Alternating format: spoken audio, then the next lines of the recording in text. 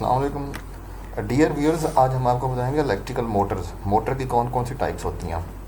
Motor की basically दो types होती हैं, एक होती है एसी मोटर और एक होती है DC motor. AC motor AC supply पे चलती है, डीसी मोटर डीसी सप्लाई पे चलती है। डीसी मोटर में फिर आगे होती हैं तीन तरह की टाइप, सेपरेटली एक्साइटेड, परमानेंट और सेल्फ एक्साइटेड। और सेल्फ एक्साइटेड में आगे होती हैं दो तरह की, सीरीज मोटर और शंट मोटर। और सेल्फ एक्साइटेड में आगे होती है कंपाउंड। कंपाउंड के अंदर फिर दो होती है, लॉन्ग कंपाउंड और शॉर्ट कंपाउंड। इसी तरह एसी मोटर के अंदर होती है लीनियर मोटर और सिंक्रोनस मोटर। और इसमें होती है इंडक्शन मोटर। इंडक्शन मोटर के बारे में आपको मैं एक बात बताता चलूँ कि इंडस्ट्री में जो सबसे ज़्यादा इस्तेमाल होती है वो ये इंडक्शन मोटर इस्तेमाल होती है।